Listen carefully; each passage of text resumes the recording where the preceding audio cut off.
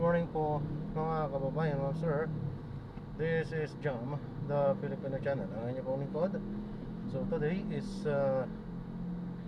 December 1, 2025. At tayo ngayon ay papunta dyan sa may Pinaglabanan Street, Barangay Corazon de Jesus,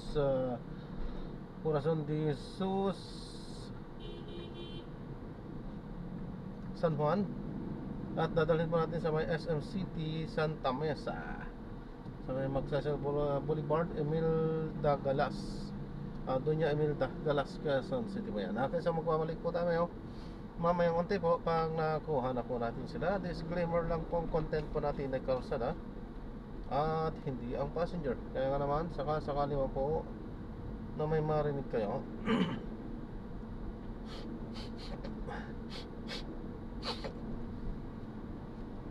mga pangalan ng lugar, pangalan ng tao, pangalan ng organisasyon sa government o private man yan, ay wala pong kinalaman ang channel nito at wala pong pinapatungkulan. Lahat po ng pinag-uusapan dito ay pawang dito lamang po yan sa loob at wala pong pinapatungkulan sa labas. Okay po? So, magbabalik po tayo mamayang unti pag nakuha na po natin sila.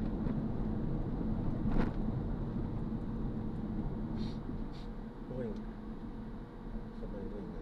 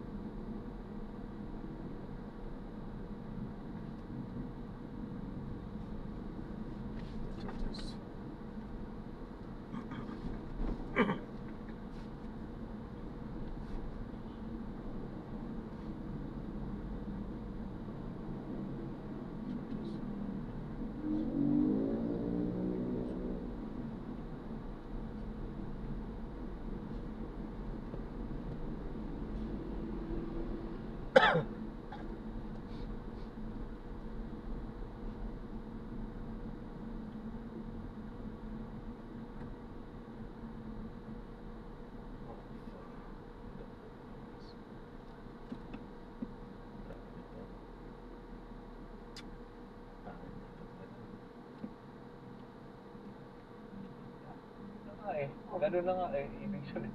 Para maghihintay pa sila ma-aksidente bago sila matuloy, di ba?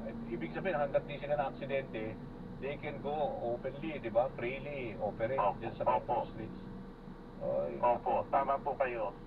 So, yun po yun. Ang dami po, pero nyo, ilang Mustang, 5 Mustang, anong mangyayari? 911, Anong mangyayari? 30 na yan, impounded ngayon. So, they have to work on their, para to document yung lahat ng papers. Gano'n. Opo, kailangan po na dali nila yung mga dokumento nila para mapatunayan na yung pag-aari nila doon sa mga kotse. Tapos kailangan po nilang dumaan sa proseso, which is bayaran po yung mga penalty nila.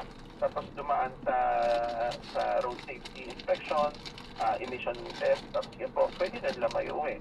Pag wala pong mga problema, kaya lang yun nga po, nagpe-verify din po kami sa Bureau of Customs kung itong mga sasakyan na ito ay tama po ang mga wala pong problema sa kanila. Kasi karamihan ba ito mga Chinese din, itong mga drivers na to? Halo-halo po, meron po may mga Pinoy Chinese, din, may Pinoy, may European. Gano'n? Opo. Okay. Sige, Asek. Maraming salamat. Maraming salamat po, Kadani. Okay, thank you sa update. Thank you po. Yan ho si Asek, Marcus Lacanila, Chief ng LTO, Land Transportation Office.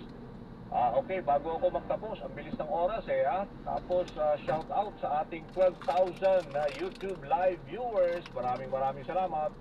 Kina Juro dash F18JK. Mahirap kasi pag nasabayan ang mabilis na sasakyan sa highway. Delikado sa mga e-trike na yan, sabi niya. Tapos wag gumitna, sabi ni at rejected over again. Daming tricycle nasa gitna po, lalo na sa labas ng lungsod. Si Christine Kasura, sabi niya, good morning po, nationwide po ang concern ko tungkol sa mga e-bike and e-trikes. Tapos sabi naman ni at rejected over again. Oh, dalawa pala yung kanyang pinadala. Dapat sa mga ginagamit na e-bike, nagpapasa din libro para sa pagmamaneho sa lansangan. Ito naman si Xiang Ling, H3G in Japan, even bicycles are registered. Okay, ang dami Tapos sa Viber, si Julius Bangalando, happy Monday, kabayan Sir Danny, attendance check lang po, always listening from Camarin, North Caloocan City. Lina ho, ito, laging masugid na nakasubaybay sa atin sa DZMM. Good morning kapamilya, kaservisyo, Sir Danny, buwan na listening kabayan, everyday to DZMM Radio sa 630.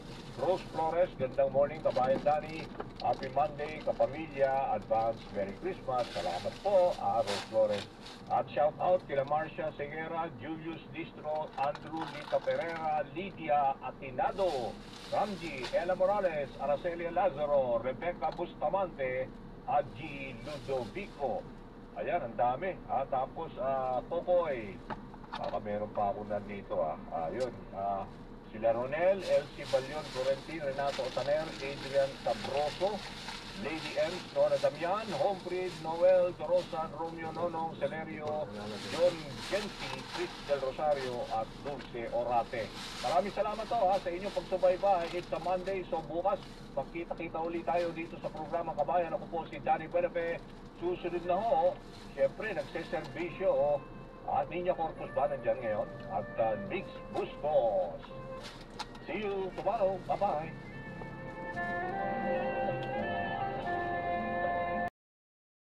Kasya yan. Kaya sangayon ako na kasya pag Noche Buena yung 500 piso.